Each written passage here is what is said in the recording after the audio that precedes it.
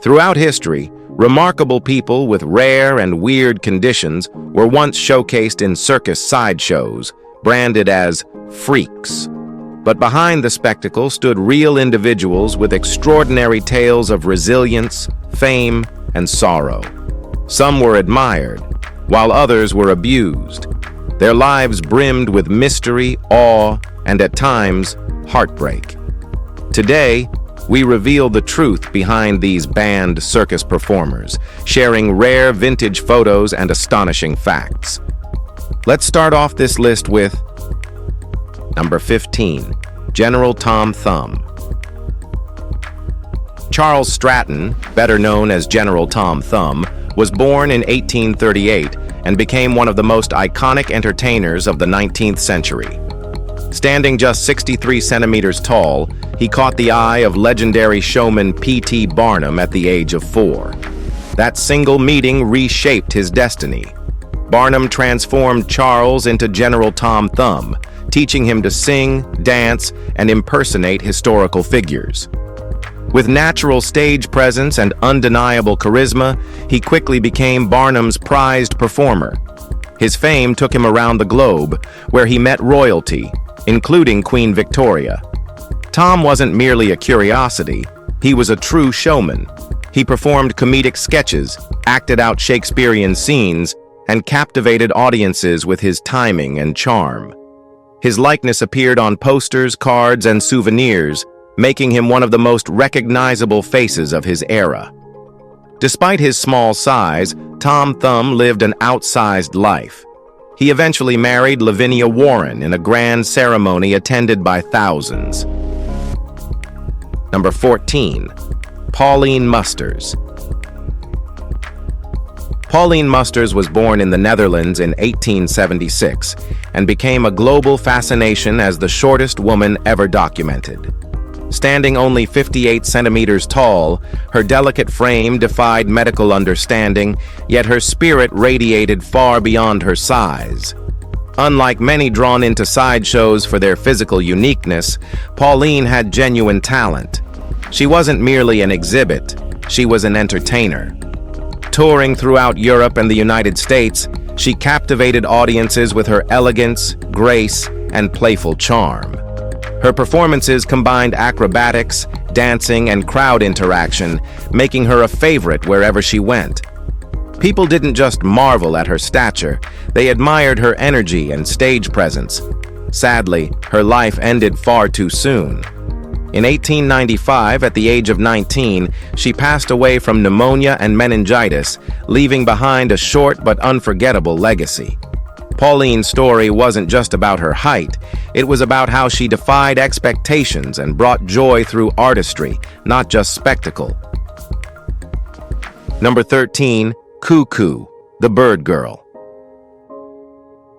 Cuckoo, the Bird Girl remains a haunting icon of circus history, where awe, empathy, and spectacle collided beneath the bright lights of early 20th century carnivals.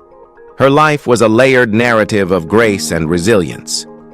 Born with distinct features, a sharp, beak-like nose, delicate arms resembling wings, and eyes filled with a raw mix of strength and longing, she left a lasting impression wherever she performed.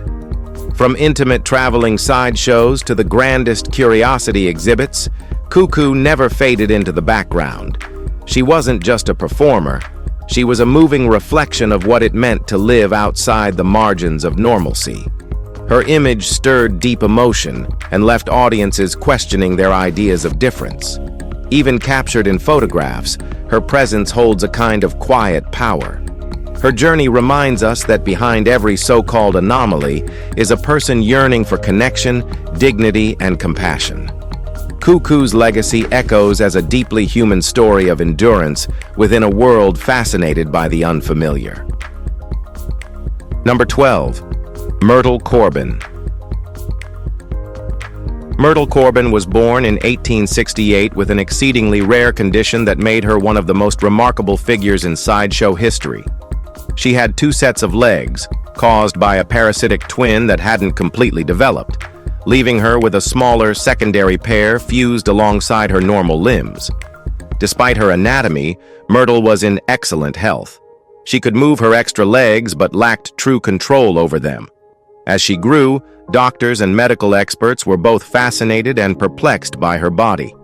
At just 13, she entered the world of sideshow performance and was soon introduced as the four-legged girl from Texas.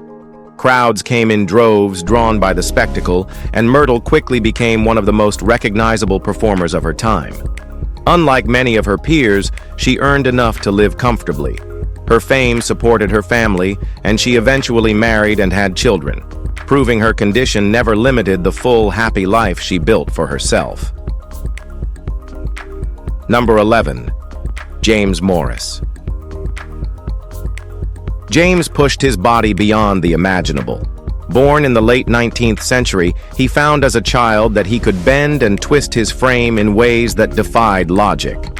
While other kids played sports, Morris was contorting his limbs into circles, stretching fingers in bizarre directions, and folding his torso like rubber. His rare gift led him to the circus, where he quickly became a headlining act. Competing with another top act, Felix the Elastic Man, James could dislocate his shoulders, wrap his arms behind his back, and twist his neck with unsettling ease. Doctors suspected he had Ehlers-Danlos syndrome, a rare disorder that grants extreme joint flexibility and elastic skin. Morris performed with the Ringling Brothers, shocking audiences with every show. Unlike gimmicks or illusions, his act was fully real. Night after night, he bent past the limits of pain, transforming his disorder into a jaw-dropping display of endurance, talent, and sheer human anomaly. Number 10. Martin Lorello.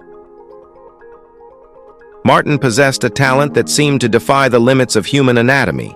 He could rotate his head a full 180 degrees, staring directly behind him without shifting his body. This unsettling and bizarre ability earned him the nickname the Owl Man and made him one of the most famous performers of his era.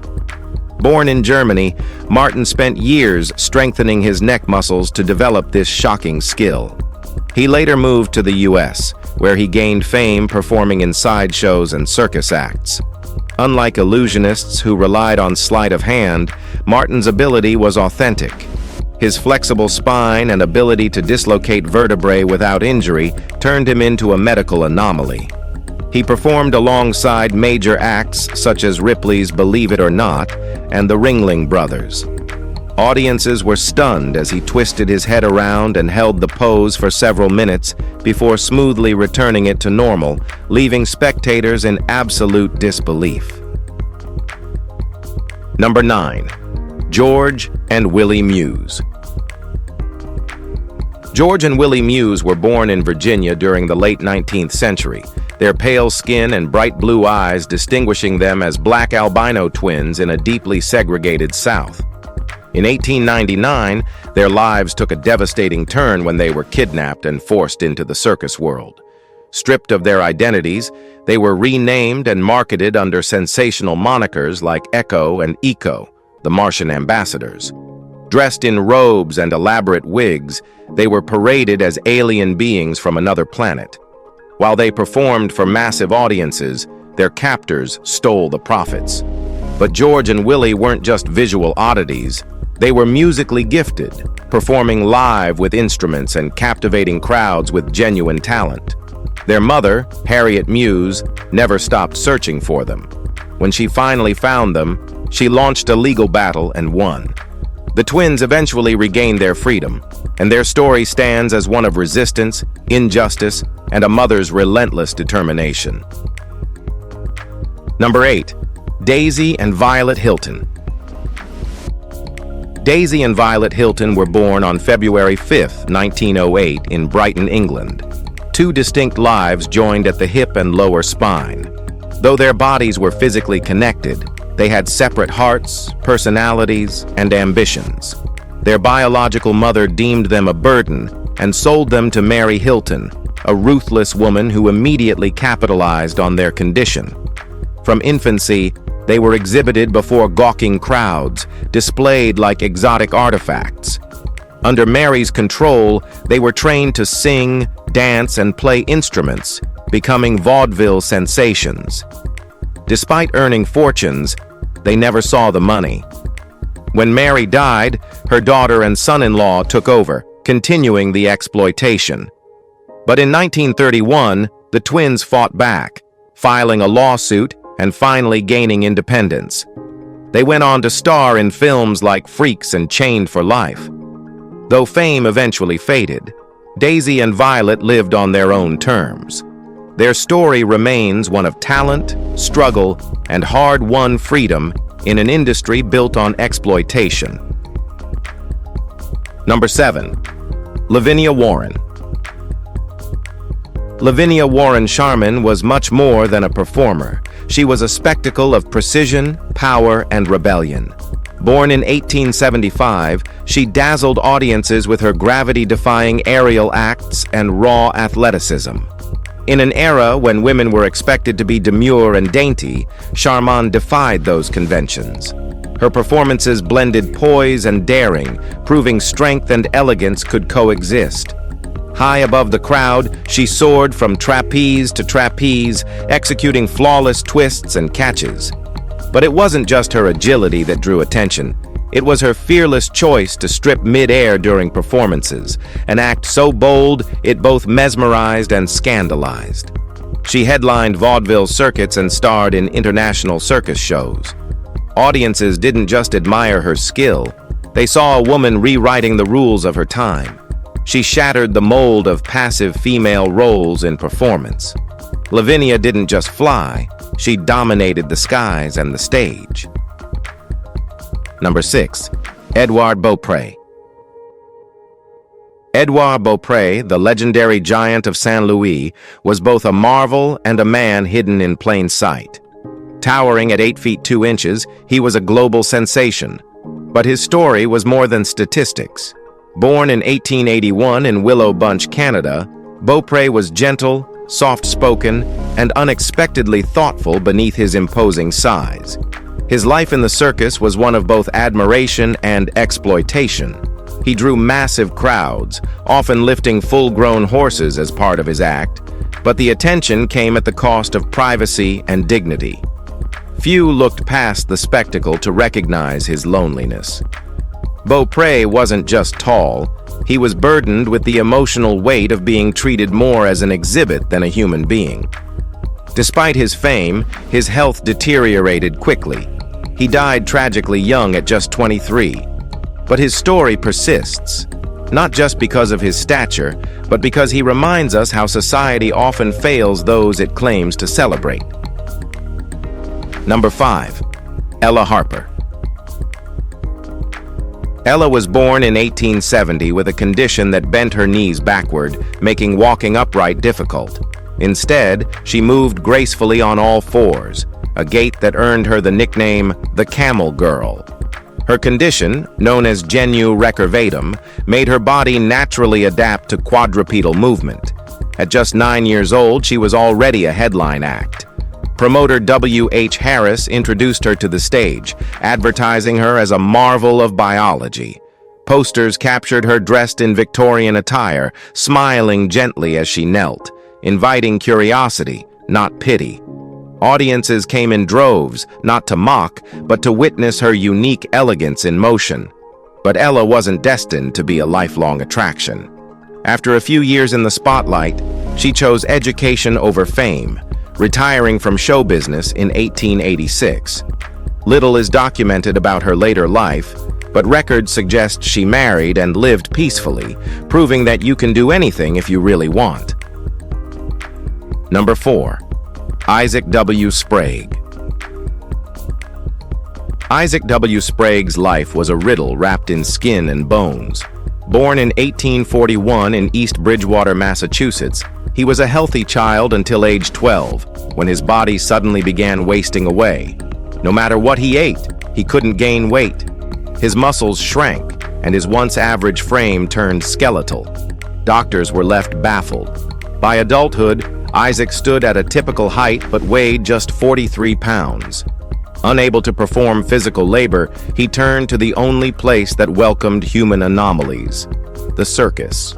In 1865, he joined P.T. Barnum and earned fame as the human skeleton. His sunken cheeks and fragile limbs captivated spectators.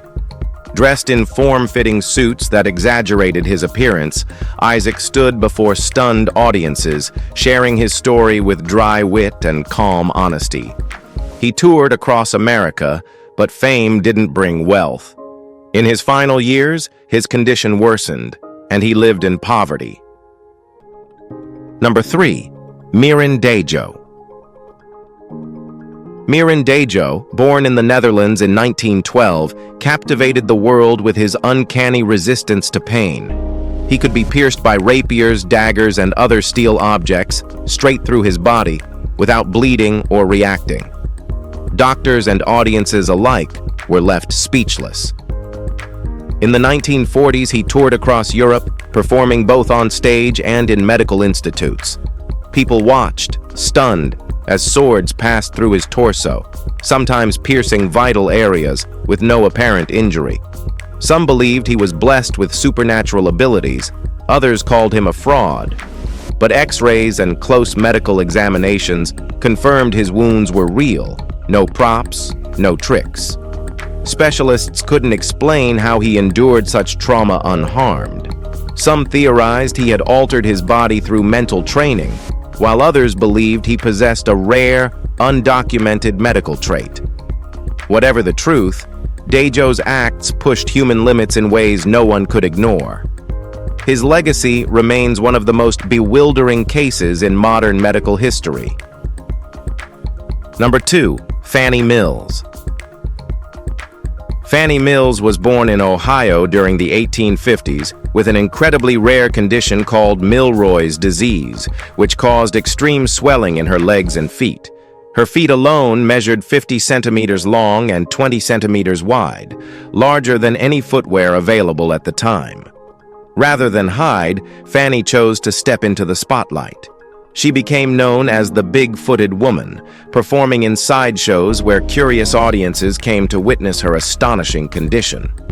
Advertisements sensationalized her act, often claiming any man willing to marry her would be rewarded with cash, a marketing ploy to draw even bigger crowds. Despite the spectacle, Fannie became a celebrity within the sideshow circuit and earned enough to support herself and her loved ones during an era when most women had few financial options. However, her condition brought serious complications. She passed away in 1899 at only 39. Still, her story remains a reminder of resilience, identity, and carving out independence in a world of oddities. Number 1. Pascual Piñón. Pascual became one of the most unusual and widely discussed sideshow attractions of the early 20th century. His path to notoriety began when a traveling show promoter noticed a peculiar mass protruding from his forehead. Believed to be a large cyst or tumor, it inspired the promoter to turn Pascual into a living oddity.